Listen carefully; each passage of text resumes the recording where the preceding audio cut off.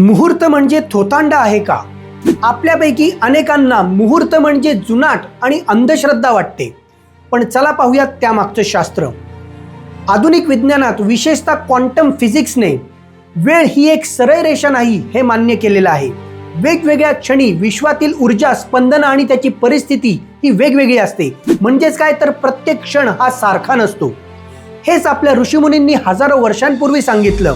त्यांनी ग्रह नक्षत्रांची स्थिती आणि ऊर्जेचा प्रवाह याचा सखोल अभ्यास केला आणि कार्यसिद्धीसाठी काही क्षण हे अनुकूल असतात असं सांगितलं. त्यालाच आपण मुहूर्त असं म्हणतो. हे म्हणजे शेतीसारखं आहे.